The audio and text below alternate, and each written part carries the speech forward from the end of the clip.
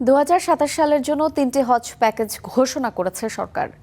সরকারি ব্যবস্থাপনায় সর্বনিম্ন খরচ নির্ধারণ করা হয়েছে 5,05,648 টাকা, আর এবছর বিমান ভাড়া কমিয়ে নির্ধারণ করা হয়েছে 1,30,000 টাকা। সকালে সচিবালয়ের সংবাদ সম্মেলনে তথ্য জানিয়েছেন ধর্মমন্ত্রী কাজী শাহ মোফাজ্জল হোসাইন।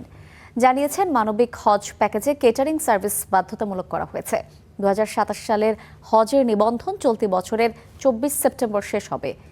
হজ সিস্টেমে প্যাকেজ নির্বাচন করে 3.5 লাখ টাকা জমা দিয়ে প্রাথমিক নিবন্ধন করতে হবে। হজে যাওয়ার জন্য পাসপোর্টের মেয়াদ 2027 সালের 21 ডিসেম্বর পর্যন্ত থাকতে হবে। চাঁদ দেখার সাপেক্ষে 2027 সালের 8 এপ্রিল হজ ফ্লাইট শুরু হবে এবং 15 মে হজ অনুষ্ঠিত হবে।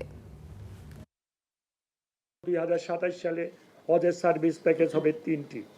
ডি সার্ভিস প্যাকেজটি থাকছে না। এছাড়া 2027 সালে হজে হাফ বোট ক্যাটারিং বাধ্যতামূলক করা হয়েছে। এই সকল উদ্যোগের কারণে হজযাত্রীদের সেবার মান বৃদ্ধি পাবে বলে আমি আশা করি।